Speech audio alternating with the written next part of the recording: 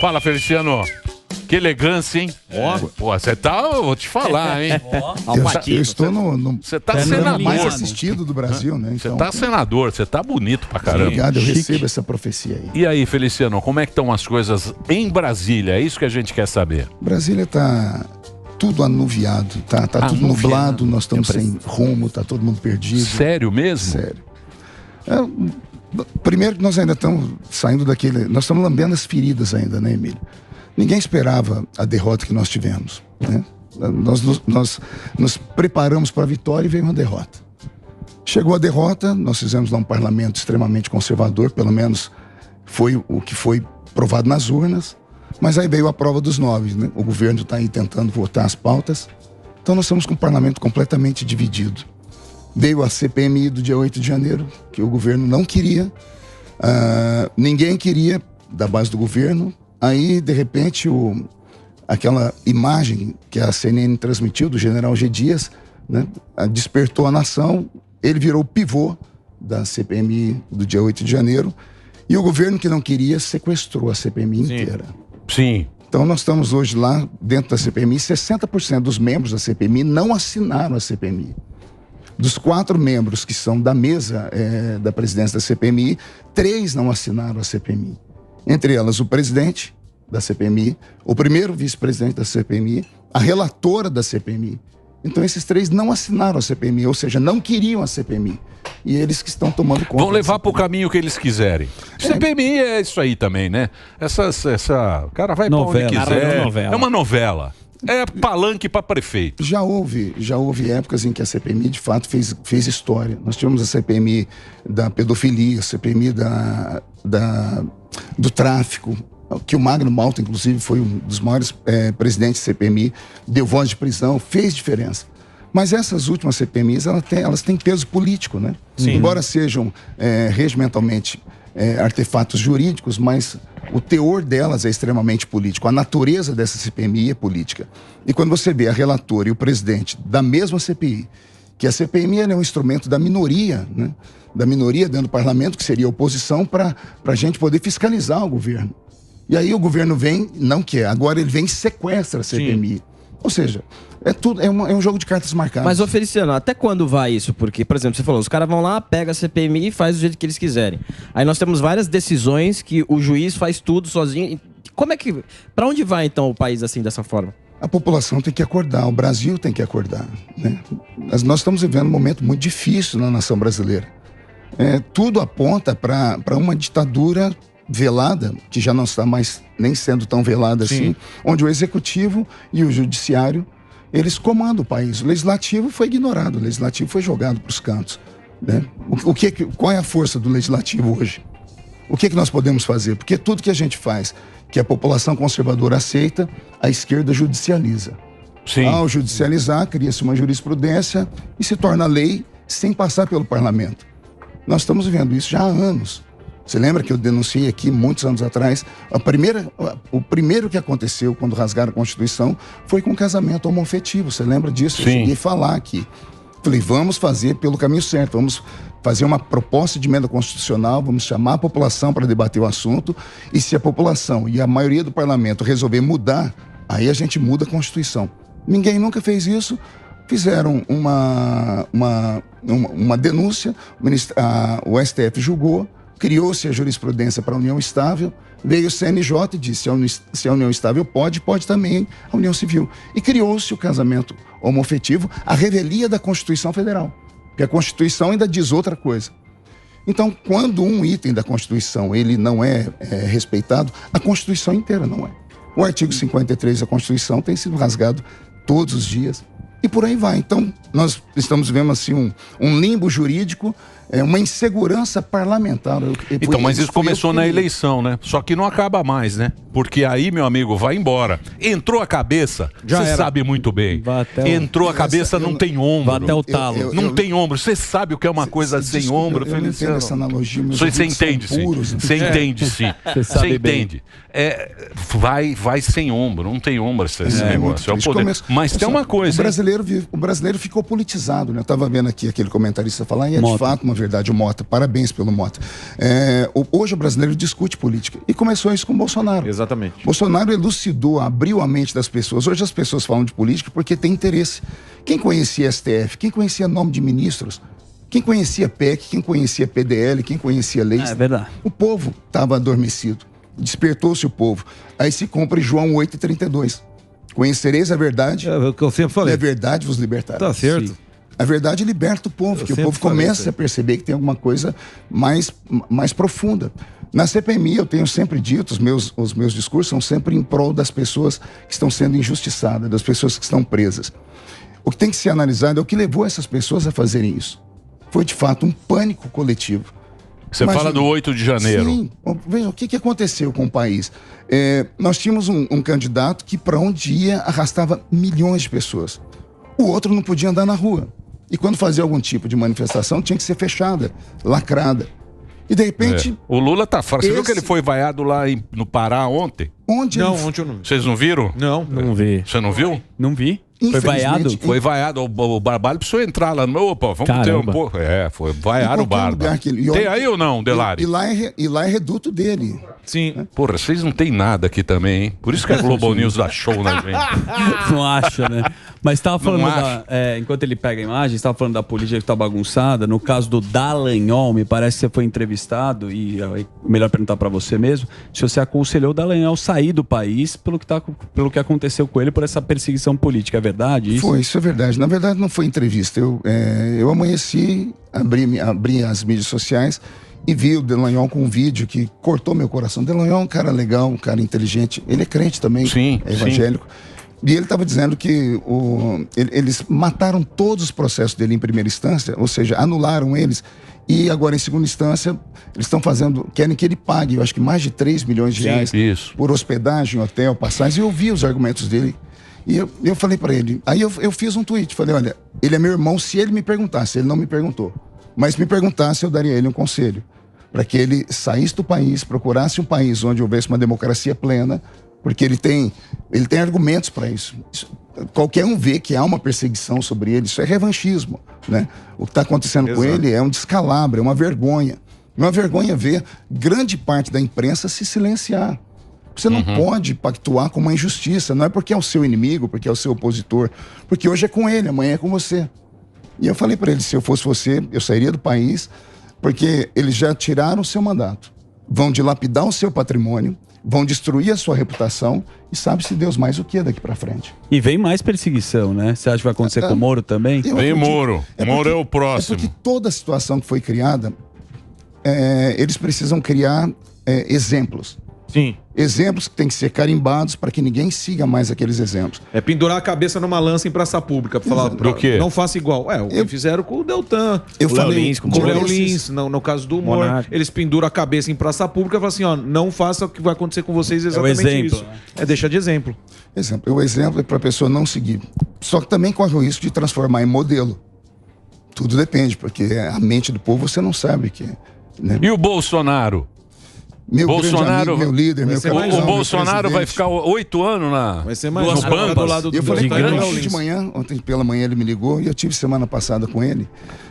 O nosso sentimento é que 90%, né, aponta para ele ser inelegível. Apesar que eu falei para ele que se o pessoal, o establishment, os juízes, eu não sei qual é a intenção deles, se é apenas amputar Bolsonaro. Porque se for amputar Bolsonaro... Não é. Não se for essa a intenção, eu acho que eles não deveriam fazer isso nesse momento. Porque se fizer nesse momento, ano que vem nós temos eleições. O nosso partido, que é o PL, o Valdemar já está aí, ele tem dado entrevista. A nossa intenção é fazer pelo menos 1.000 das mais de 5.000 prefeituras. Porque nós temos um cabo eleitoral pesado, que é Jair Messias Bolsonaro. Agora, imagine se... deixam ele inelegível, vão transformar ele no mártir vivo, de novo. Nós vamos fazer 2.000 prefeituras, ou mais. Dá mais força na tua opinião. Eu acho que não é inteligência. Inclusive, pensando sobre isso, eu fui perguntar, fui estudar, e eu descobri o motivo porque estão fazendo isso de maneira tão assodada e tão rápida, Emílio. Pergunte por quê. Por quê? Porque senão eu falei memória. Está bonito, por isso que eu vou fazer a pergunta. Está bonito. Está muito elegante. Está muito elegante. Você não era assim. Você vinha com a jaquetinha do Julián Marcuí. Julián Marcuí, ele vinha de moto. Dorinhos. Tirando sarro em mim. Não tô, não. Vai lá, fala por quê. É porque, se não me falha a memória agora, em agosto ou setembro, muda a configuração da presidência do TSE. E o próximo presidente é Cássio Nunes Marques, indicado do Bolsonaro. Se o Cássio Nunes for, não passa um negócio desse, ele não pauta. E aí são mais 2 anos. E aí, 2 anos, Bolsonaro está pronto para ser candidato em 2026. Então, eu acredito, posso estar errado, mas é a minha avaliação política. A estratégia é essa. A estratégia é essa. Eles estão acelerando, fazendo isso para caçarem, para deixar ele inelegível, porque aí tira do páreo o Bolsonaro. Mas é aquilo que você falou, né? Aí ele vira vítima mesmo. Aí é... Aí nós vamos ver a reação do povo, ver como é que o povo vai absorver isso. Né? Porque o povo é o seguinte, você viu a pesquisa do Datafolha? Qual pesquisa? Da aprovação do Lula? Não, 30% é Lula, cego. Sim. 25% Bolsonaro, cego.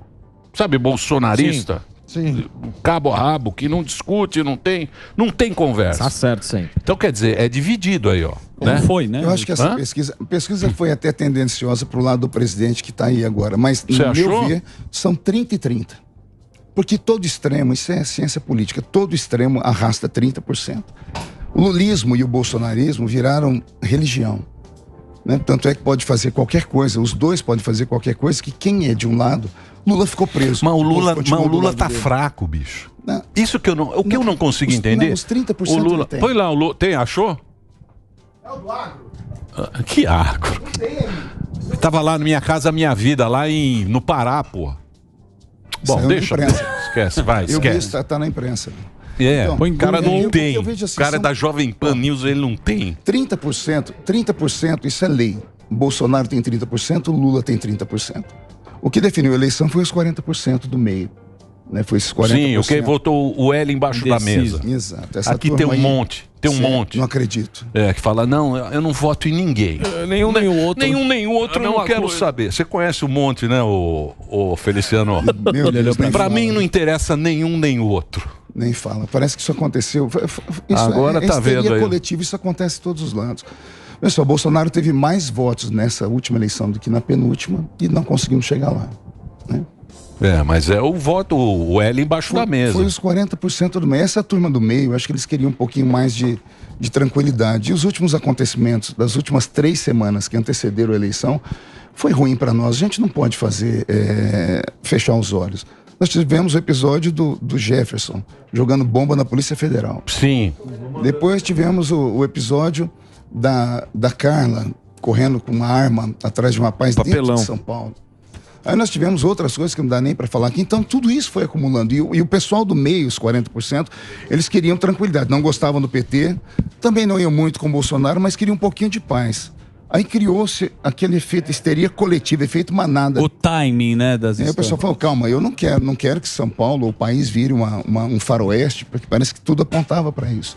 Então, essas coisas... Mas não é que foi uma eleição muito... Não precisa delar, não vamos ficar brigando. Foi uma eleição muito zoada, né? Foi muito zoada. Eu fiz uns estudos, Emílio. Foi muito zoada. Se vocês permitirem falar aqui, né, para o Brasil todo. Você sabe qual é a população carcerária do Brasil hoje? 1 milhão e... Não, são 900 mil presos hoje. Mas na rua tem 600 mil aguardando julgamento. Então, 1,5 milhão de pessoas aí que são do crime, né? Ou relacionadas ao crime. Cada uma dessas pessoas tem uma família com no mínimo 4 pessoas. 1,5 milhão vezes 4, nós temos aí 6 milhões de pessoas. Aqui em São Paulo eu não consegui fazer campanha na comunidade de Paraisópolis. Quando eu cheguei com o meu carro, na frente fiz só para entrar, olhar o carro, disse, para o senhor entrar tem que tirar o adesivo do Bolsonaro daqui. E os seus santinhos aí, tem a foto dele? Eu falei, tem, então o senhor não pode distribuir. O senhor pode. Todos os presídios do Brasil receberam esse tipo de informação, era a ordem, baixou-se ordem, PCC, Comando Vermelho, tinham um candidato. Então, imagine aí, as famílias recebendo ódio, se não votar no outro lado, nós podemos ter retaliação aqui dentro. São 6 milhões de votos cativos, só aqui. Norte e Nordeste, em 2018, o PT teve 20 milhões e meio de voto. Voto não multiplica, voto migra. Mas, de repente, em 2022, um fenômeno. Teve 23 milhões de votos no Norte e Nordeste, 2 milhões e meio a mais. Como foi que isso multiplicou? De onde saíram esses votos? Aí você vai Não lembrar... me pergunta isso, que a gente não pode. Tem algumas coisas que a gente tem que deixar na mão do É só você voltar semanas antes e um ministro do STF, com uma canetada, disse assim: o pobre que não tem condição de votar, ele está excluído da sua vida cívica, então ele precisa ir votar. Para votar, nós temos que dar condições. Então tem que mandar o ônibus buscar ele na porta da casa dele para ele votar. Só que dentro do Código do Processo Eleitoral, isso é crime, é compra de voto. Você é candidato a vereador aqui, pega 5 ônibus, vai no lugar e busca o pessoal para votar no dia da eleição. Eles vão votar em quem? Mas sempre teve, né? Sempre teve. No Brasil sempre teve assim. Comprar voto é uma coisa do Brasil. O cara compra o voto. Mas eu tô falando do Norte e Nordeste, onde teve 10% a mais de eleitores de uma eleição para outra. Não acontece isso. Então, só aí já são mais 2,5 milhões de votos. Some aí aos 6 milhões do pessoal do crime, já são quase 9 milhões de votos. Então nós lutamos com uma força hercúlea. Quantas inserções de rádio nós deixamos de colocar? Você sabe que o Nordeste e tal, que a gente fala que ele tem muito voto lá, não sei o que, aí eles falam que teve até agora, fala, é xenofobia e tal, mas não é, é porque lá o cara local tem muito poder de votação. O prefeito... Ele leva o voto. Por isso que eles estão querendo ganhar prefeito agora, os PL, os caras da direita, eles querem ganhar os prefeitos justamente por isso. Se você vai para a região mais afastada do Brasil, é o prefeito, é aquela... Onde começa, autoridade. Sei lá, você é pé vermelho, de primeira... É que você tá bonito agora. Eu conheço mais de 4 mil municípios do Brasil. Deixa eu fazer um break? Deixa. Então vou fazer um break agora, ó. Mande a sua pergunta aqui pro Feliciano, tá dando uma audiência maravilhosa. Sim, acho que bom. Essa barbinha que você bolou. Gravata Louis Vuitton, mano. Não, tá bonito. Ó a gravata dele. Terno bonito. E o topete. Vamos falar de onde veio essa gravata. Da loja da... Deixa eu fazer um break rapidinho. O Instagram é @MarcoFeliciano, o Twitter Marco Feliciano. Vamos pro break, daqui a pouquinho a gente volta. Olha lá, ó. Nem deixei o break pra TV, porque você já vai voltar. Quem vai fazer pergunta? Pois não, Gordão. O senhor falou a respeito do povo acordar, né? Vamos ver o povo acordar, mas o povo acordou e o povo dormiu. Colocaram o povo pra dormir de novo depois do que aconteceu no 8 de janeiro. A gente viu aí manifestações, né, a respeito do Deltan e muita gente convocando a turma, depois desconvocando, porque é aquele velho racha da direita, né? O pessoal falando assim, não, com eles eu não vou pra manifestação, esses caras não são de direita, mas todo mundo levantando uma coisa só, que era o quê? A questão da liberdade e o problema que aconteceu com o Deltan, que pode acontecer um por um se eles quiserem, né? Então, o que falta pra direita, o que falta para os políticos de direita se juntarem, independente de é o Kim do MBL, com ele eu não me junto, é o Nicolas, com ele eu não me junto. O que falta para a direita se juntar em prol dessas coisas que realmente importam, que é a liberdade, que a gente está vendo que cada vez mais a gente está perdendo? Liderança e intelecto. A direita do Brasil, ela inexiste. Eu vejo todo mundo falar, e eu tô lá dentro há 12 anos, eu vou dizer para vocês, não existe direita no Brasil, existem direitistas. Certo. Existem pessoas que agora estão se descobrindo conservadores, né?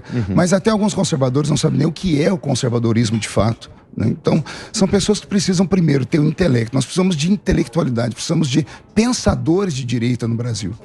Eu fiz uma proposta ao nosso presidente Valdemar numa das nossas conversas, porque eu vi um parlamentar falar que, como o PL hoje é o partido que encabeça essa questão de direita, seria muito bonito se um partido desse criasse uma universidade de direita no país. Uma universidade para se estudar direita, para se ter o contraponto, para se formar uma geração. A direita, ela é extremamente dividida. Eu vi alguém aqui falar agora há pouco que o Bolsonaro apanha de todo lado. Ele apanha da esquerda, apanha da direita. Sim. Como é que pode? Vê se o Lula apanha da esquerda. Não apanha da esquerda, porque eles sabem o que querem, onde querem chegar, eles têm um propósito, eles têm um pensamento, eles têm um projeto.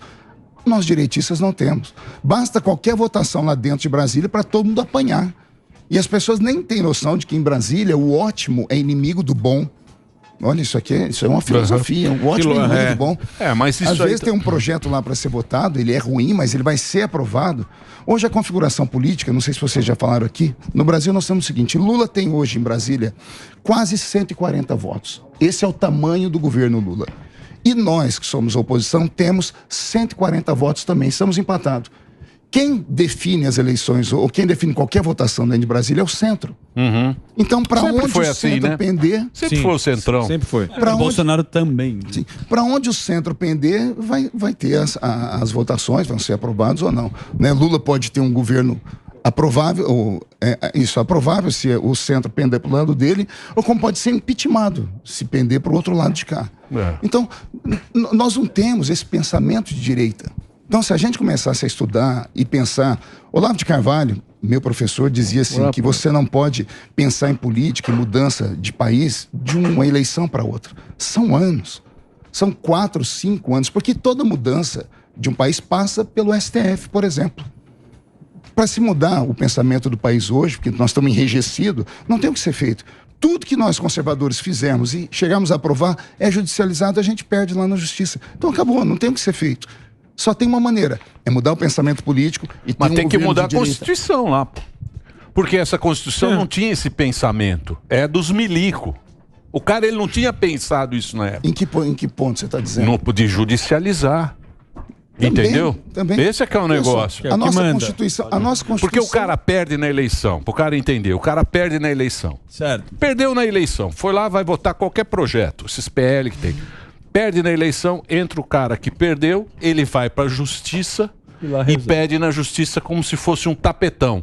Aí a justiça, só um cara assina, ficaram brigando lá 5 meses, 6 meses lá no plenário, um brigando com o outro, quero isso, quero aquilo, não sei o quê. Pá, quem define é um cara com uma assinatura. Uma canetada. Isso é que é o negócio. Mas isso foi bolado, esse Leonardo. Organizar. Este Leonardo foi muito bem bolado. Você com este sorrisinho Bem que está bolado. dando. Foi bolado achando que o negócio ia ser assim. Mas você sabe que a cabeça entrou, meu amigo. Aí não volta. Depois de 88, depois da redemocratização, nós só tivemos um único governo com a proposta de direita, que foi Bolsonaro. Sim.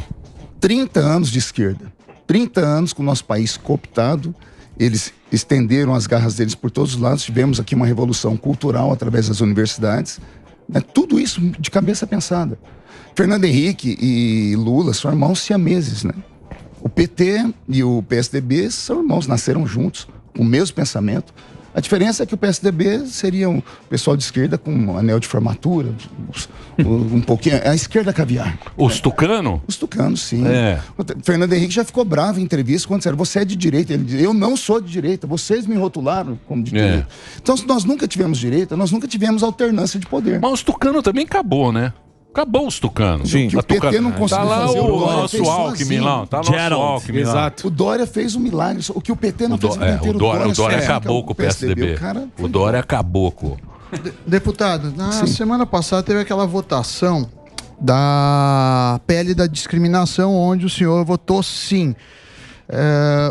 Há uma crítica, pelo menos nesse quesito, a direita e a esquerda concordaram que é uma proteção justamente para pessoas publicamente expostas, principalmente em relação a contas bancárias. No meu entendimento, já tem, os deputados, eles já têm presunção de não culpabilidade. E a gente teve, num passado não tão distante, inclusive o presidente do seu partido, já alguns problemas com a justiça. Sim. Você não acha que isso pode ajudar a corrupção? Sim. Antes de responder, vocês têm um fundo musical de amor aí? Por quê? Porque eu queria dar um presente ao Sam. O que você vai dar? Eu quero dar ele uma flor. Dá um abraço. Receba. É branca lá. Vocês gostam, né? Minha limeira. Vocês gostam. É o reencontro. É o pedido de perdão. É da cor do Isso, esse fui dente. eu que fiz. Hein, ô Feliciano? Isso aí foi é filha do Cunha, pô. Foi. Então, vou Filha do explicar. Cunha, que teve bolou. aqui. Ela bolou Bolou essa. Dani Cunha. Olha, aquele parlamento, ele é uma benção, né? E foi de madrugada. Foi. Passou Foi 5 Tanto que correndinho. Se vocês, rápido. se vocês pegarem as primeiras votações, quando apareceu a votação para urgência do projeto, eu votei contra a urgência. Votei contra porque tudo tem que ser acordado. No parlamento tem que ter acordo para tudo. Vai entrar um projeto, então os líderes têm que debater o assunto, aí eles comunicam os liderados. E todo projeto que aparece de urgência como esse, não havia tido debate nenhum. Nós perdemos na votação, porque eu não queria que entrasse na pauta para estudar o projeto, né? Porque às vezes o projeto ele é rotulado, a imprensa tem esse poder, né? Ela põe um carimbo e põe o nome no projeto, e depois que propagou, você lembra da cura gay? Sim. Nunca teve cura gay, mas depois que rotulou, pegou o nome, fica maldito o projeto. Sim. Quando eu fui ver o projeto e comecei a analisar ele, o projeto no início ele era ruim porque ele criminalizava as pessoas que falassem mal de político. Sim, né? Ainda tava ferrado. Aí a questão não era falar mal. Falar você pode falar, a questão é você ir pro baixo calão, ir da cintura para baixo, tocar na família do cara. Sim. Coisas que ninguém merece isso, nem político, nem ninguém. Você tem que ir pra briga, vai pro pessoal. Ou vai para o intelectual, nunca tocar nas pessoas que estão atrás dele. Então, quando nós vimos lá que isso foi arrancado, tanto é que a oposição, que o líder da oposição é o Carlos Jordi. Nós seguimos a oposição tem que ter coerência. E ele, sendo o líder da oposição, retirou todas essas coisas ruins que tinham dentro do projeto. O que sobrou foi apenas a questão financeira. E a questão financeira, Sam, de fato é muito... Olha, eu cheguei aqui um dia desse no aeroporto de Guarulhos, eu estava vindo dos Estados Unidos e fui trocar uns dólares. Eu não consegui trocar os dólares. O Banco Safra foi proibido de me atender porque eu sou político. Tá muito certo o Banco Safra. Tá certo. Mas eu sou um ser humano como você. Parabéns pelo louco. Não, mas é só para trocar o dinheiro. Era $500. Mas eu precisava de dinheiro para poder ir no restaurante. Não podia. Agora, por que não pode?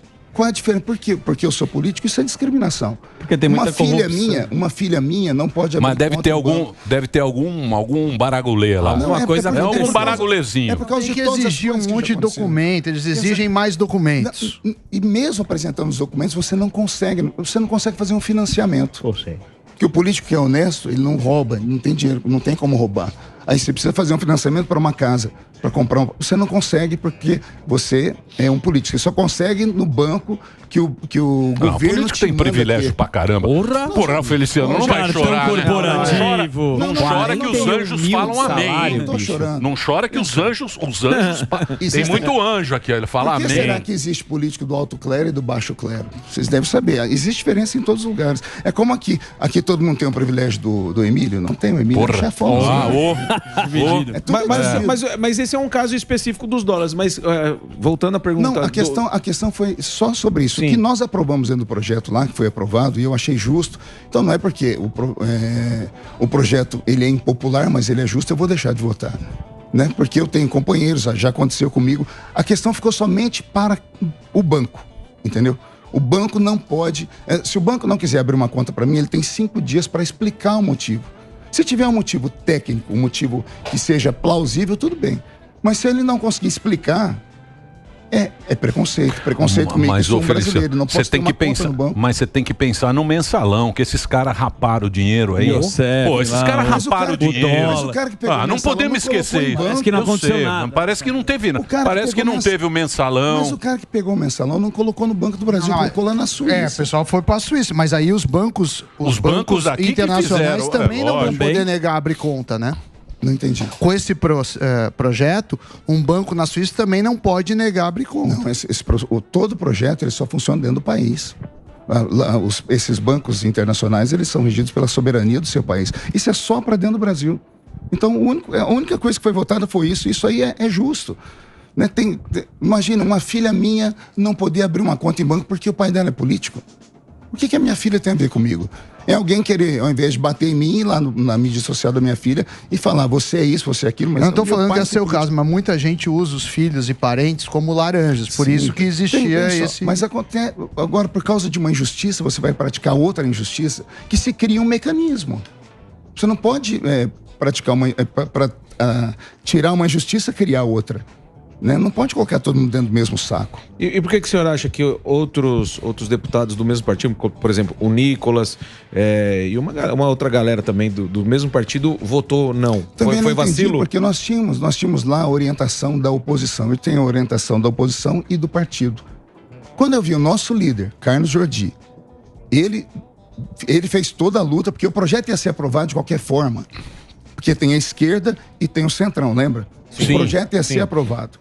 Então, já que o projeto vai ser aprovado, para você ter algum tipo de você conseguir negociar para ele ficar menos ruim, você tem que oferecer votos. Sim. É a política, é o ótimo inimigo do bom. Para ele não ser aprovado com toda aquela podridão que o Brasil ia sofrer, você não ia poder falar de político da forma que vocês falam. Sim. Então, a oposição negociou. Falou assim, a gente tira isso. Aí o relator falou, tá, eu tiro tudo isso, mas vocês têm que votar a favor de pelo menos esse item aqui. Entende? É o jogo político. O Nicolas e os outros, como eles são... eles têm as mídias sociais deles, eu acho que apanham demais as mídias sociais, foram por outro lado. Mas pode ver que até eles fizeram vídeos tentando explicar o que aconteceu. Eu vi a Bia aqui, vocês fez um vídeo. Não adianta explicar. Já fez já canetou. Canetou, passou. Mas você não acha que isso é a linguagem da rede social, que ela é uma linguagem muito... Chula. É uma linguagem chula mesmo, Sim, né? chula. A linguagem de rede social A internet porra. é terrível, né? Você não tem controle, você não sabe quem está do outro lado, a pessoa não tem que te dar satisfação de nada, ninguém tem medo de nada, né? No Brasil, a internet é assim. E por enquanto é assim, e eu acho que tem que ser assim, né? Se alguém se sente ofendido acima da média, vai pra justiça. Você já processou alguém por rede social? Várias vezes. Nunca ganhei, mas já processei. Os caras te sacanearam lá na época do... Na época que você era... Porra, foram lá em cima do carro das suas filhas. Você era da... Você era do... Era a Dilma? Era Dilma. Você é deputado faz tempo. Quanto tempo você tá lá? Eu tô no quarto mandato. Não pensa ser prefeito, Você lembra não? lá? Você lembra disso aí ou não? Lembro, isso foi em 2013. Olha, se alguém nesse país for escrever sobre a mudança política brasileira, vão ter que passar por aquela comissãozinha de direitos humanos. Ele era da Comissão de Direitos Humanos, os caras zoaram você, tuas Você lembra filhas. quem colou Tuas em filhas mim? eram pequenas, né? Eu tinha uma de 9, uma E de agora? 10. Tudo grandona? Tudo grande. Uma já é mãe, inclusive. Sério? São 13 anos, já se passaram. Vovô 13 anos. Então, Tamo velho, hein? Tudo velho. Naquela época da Comissão Não, de nós Direitos estamos Humanos... velhos. Eles estão voando. Os políticos E são tudo de direita ou não? As minhas filhas são. Nenhuma Graças virou a Deus, esquerdista? Já Graças pensou? a Deus, Sovaco azul? Sério? Deus, não, é sério, eu debato com elas muito. E olha que elas estudaram Você tem uma universidade, benção, hein? Que a molecada é tudo canhoteiro. Só Jesus. É, tudo canhoteiro de Eu iPhone. estava falando uma coisa que é interessante. Ó. A mudança política passa por aquela comissãozinha. Você lembra quem colou em mim na comissão e ganhou holofotes? Quem foi?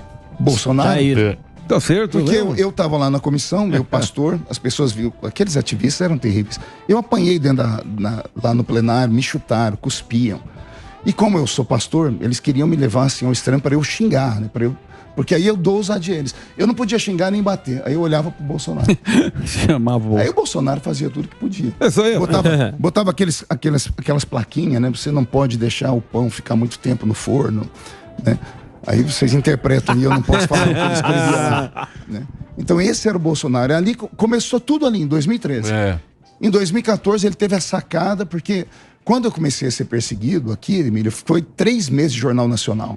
Porque, na verdade, o PT me usou como uma cortina de fumaça para aprovar as coisas que eles queriam e para esconder o escândalo que era do Dilma, desemprego. Né? Nós tínhamos 14 milhões de desempregados naquela época. E aí nós tivemos a primeira manifestação em pró a minha proteção, que foi feita pelo pastor Malafaia, lá em Brasília. E nós juntamos 100 mil pessoas, 5 de junho de 2013. Foi a primeira grande manifestação. 15 dias depois, estourou a primeira manifestação em São Aqui Paulo na com os 10 Paulista. centavos. 20 centavos. Ah, sim. E aí No começou. estopim. Agora, E aí começou, aí parou um gigante os gordão. evangélicos sempre foram muito... sempre foram acusados de muita coisa, muito preconceito, né? Você acha que diminuiu esse preconceito? Não, aumentou. Você acha que aumentou? Sim. Eu não sei não, você acha? A briga com os evangélicos começou com a grande mídia brasileira. A Globo começou a ver a Record crescer, e a Record é de uma organização religiosa. Então, para você destruir o seu inimigo, você vai na reputação e põe todo mundo num bojo. E começou a bater em todos os evangélicos do Brasil para tentar atingir a Record, né? Que era briga financeira. Tanto é que toda vez que vai a história de um pastor para televisão, ou ele estupra, ou ele rouba, ou ele mata, é uma coisa horrível de se ver.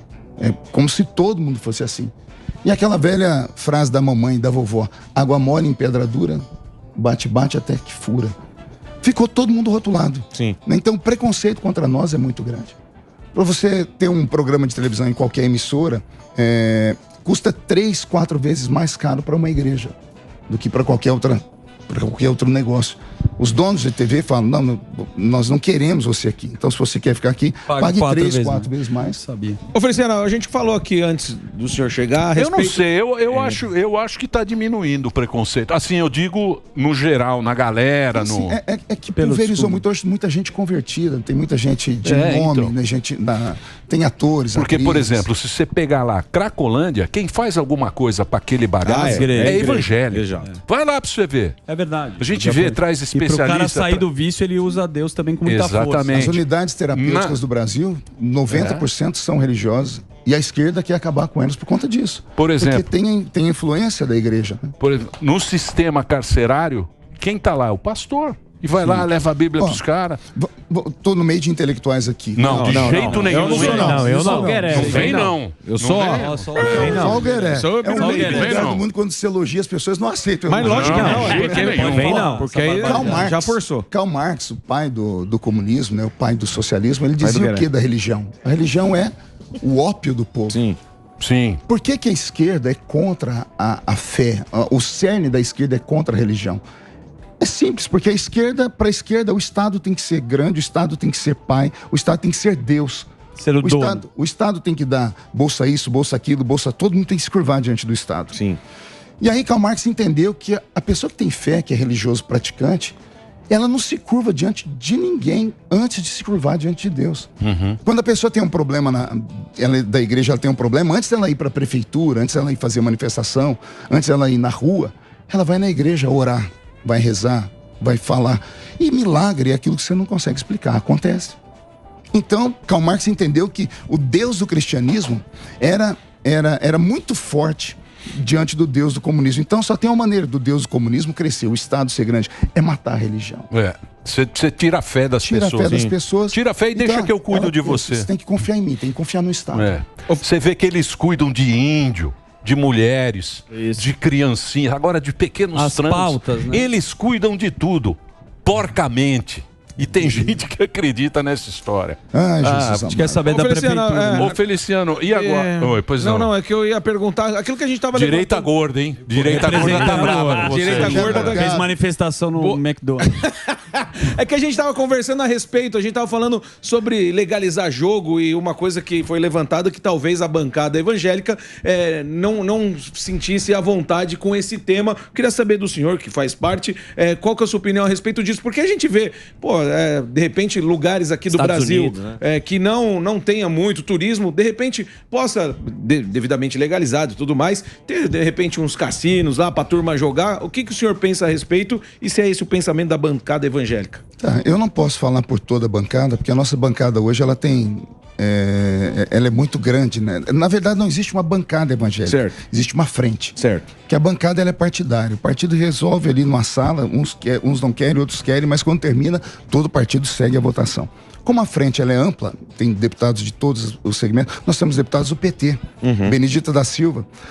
Nós temos lá aquele pastor que chegou do Rio de Janeiro agora, no seu Henrique Vieira. Ele é do PSOL, ele é de esquerda violenta mesmo. Né? Eu não sei como pensam eles, mas estou dizendo como é a frente evangélica. Mas quando no governo Bolsonaro, logo quase no final do governo, chegou essa pauta. E o presidente, a gente estava dentro da sala com ele, inclusive, e chegou o pessoal da economia, e eu falei, presidente, essa pauta para nós evangélicos não tem nem como discutir. Jogatina para nós é errado. Mas tem que ter. O custo social... É bom. Então, deixa eu dizer. É bom. Pera aí. Isso é bom. Vai por mim. Convence lá os caras. Isso vai trazer muito emprego, pastor. Feliciano. O custo social é muito grande. Nós já fizemos estudos. Eu estive em Las Vegas com o nosso pessoal fazendo estudos. O custo social para o país, dentro de 10, 15 anos, depois que os cassinos são implementados, não compensa. Mas é questão da liberdade. Vale a pena. Não vale a pena. E a questão da liberdade do indivíduo que quer ir jogar, o livre-arbítrio. Sim, isso aí ele pode fazer como quiser. Mas enquanto não há lei, né? Se a lei hoje diz que é crime, então você tem que se respeitar a lei. Para se mudar a lei, tem que se mudar todo o arcabouço jurídico e para isso nós vamos brigar. Nós, evangélicos, somos contra por causa do custo social. A jogatina, ela acaba viciando, as pessoas ficam doentes, destrói famílias, destrói filhos, destrói até a terceira e quarta geração. Se não me falha a memória, em Dubai, os prédios de Dubai, onde tem os cassinos embaixo, foram obrigados a blindar todas as janelas por causa das pessoas que estavam se suicidando. Então, as pessoas jogam lá embaixo, perde tudo, o cara vai lá em cima e se mata. Então, Não, mas não é assim Dá pra também, né? generalizar. Foi feito, não, estou dizendo de Dubai, a cidade Eu acho mais que rica devia- do mundo, que foi feito lá. Eu acho que devia. Mas álcool faz mais mal. Eu por acho que exemplo, eu devia. acho. Emprego. Sim, são Emprego drogas para que região. você tem região. razão. O cigarro é uma droga, o álcool são é uma droga. legalizados. Então, só que esses são legalizados. O jogo ainda não é. Busca-se a legalização. Deixa nós jogar. Então nós que somos Dadinho. evangélicos, nós temos esse senão contra isso. Mas lá nós somos voto vencido, tá? Se chegar isso aí para votar... É voto vencido? Junta a esquerda e junta O centro. O centro, aprova. Boa. Boa, mas você tá fazendo um trabalho bacana lá, Sim. viu, Feliciano? Pô, queria agradecer a sua Segue firme presença. Obrigado mesmo por você Eu que ter vindo. agradeço vocês. Fazia tempo que eu não vim aqui. Porra, é um prazer receber você aqui. Obrigado Estamos aqui. juntos e vamos torcer para Você tá lindo, hein, com esse Tá mesmo, Agora terno não, Louis você Vuitton, tá hein, agora, terno- você tá Deixa eu falar da senador. Louis Vuitton Terno aqui. café. Respeita Eu estava aí. na China, eu fui na China com o Bolsonaro. E lá na China, lá tem o mercado sei. da seda. Ó, Tem a roda da da Janja. Mercado da seda. $10. mentira. Essa gravata? E me deram lá. Foi Olha aí. deputado, Ó, comprou não e é da deu. Janja, não, E não é é? bonita, parece que é origem. Você viu a da Janja? A da Janja custa cara mesmo. É, da Janja. É, que ela não é carinha. A Janja ela não é tá pra pra poucos. brincadeira, Inclusive, viu? A Janja ela é mandando, a hein? vice-presidente do Brasil. né? Ela que chegou pra comanda mandar. tudo. Ela é... Polêmico. Quantos ministros o Lula tem agora? Não dá pra, Não dá pra passar. contar na mão, mas. Se tiver 37 ministérios, ela é a 38ª. É isso aí. É 38. Obrigado, viu, Feliciano? Ó, vou abraço, passar aqui querido. as Obrigado redes a vocês, sociais. valeu, tamo Ó o juntos. Feliciano aí, põe a rede dele, ó. Cadê o Insta? Tem 3 milhões de seguidores. Olha lá, ó. Ó, Tem milhões de seguidores, deputado federal, reeleito, 4º mandato, graças à confiança dos eleitores de São Paulo. Muito obrigado Boa. a todos, estamos juntos. Obrigado, viu, Feliciano? Obrigado, vocês. Obrigado pelo papo. Ô, Zurita, Diga. como igreja, eu tinha que trazer esse recado. Eu tenho viajado por todo o país, o pessoal colocou sua vida em oração. Muito Estamos obrigado. orando por você, tá? Muito obrigado.